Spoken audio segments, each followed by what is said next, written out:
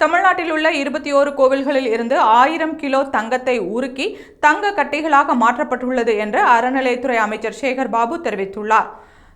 தங்கங்கள் உருக்கப்பட்டது குறித்து சட்டமன்றத்தில் பேசிய சேகர் பாபு, 2025 மார்ச் 31ஆம் தேதி வரை தமிழ்நாடு முழுவதிலும் உள்ள 21 கோவில்களில் இருந்து 10,74,123.488 கிராம் அளவிலான சுத்த தங்கம் சேகரிக்கப்பட்டுள்ளது.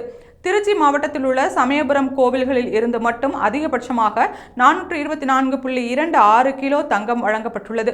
ஸ்டேட் பேங்க் ஆஃப் இந்தியாவின் தங்க முதலீட்டு திட்டத்தின் கீழ் உருக்கப்பட்ட 1000 கிலோ மதிப்புள்ள தங்க கட்டிகள் டெபாசிட் செய்யப்பட்டதால் ஆண்டுக்கு 17.81 கோடி ரூபாய் தமிழக அரசுக்கு வட்டியாக கிடைக்கிறது. தங்கத்தின் மூலமாக கிடைக்கக்கூடிய வட்டியை கோவில்களை மேம்படுத்துவதற்காக பயன்படுத்தப்படுகிறது என்று தெரிவித்துள்ளார்.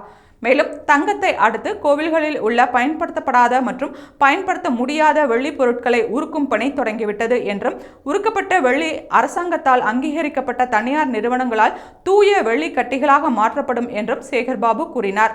கடவுள் மீதுள்ள எல்லையற்ற நம்பிக்கையின் அடிப்படையில் காணிக்கையாக பக்தர்கள் வழங்கும் தங்கம் மற்றும் வெள்ளி போன்றவற்றை உருக்கி முதலீடு என்ற பெயரில் தமிழக அறநிலையத்துறை செய்து வரும் நடவடிக்கைகள் மீது பல்வேறு கேள்விகள் எழுந்துள்ளது.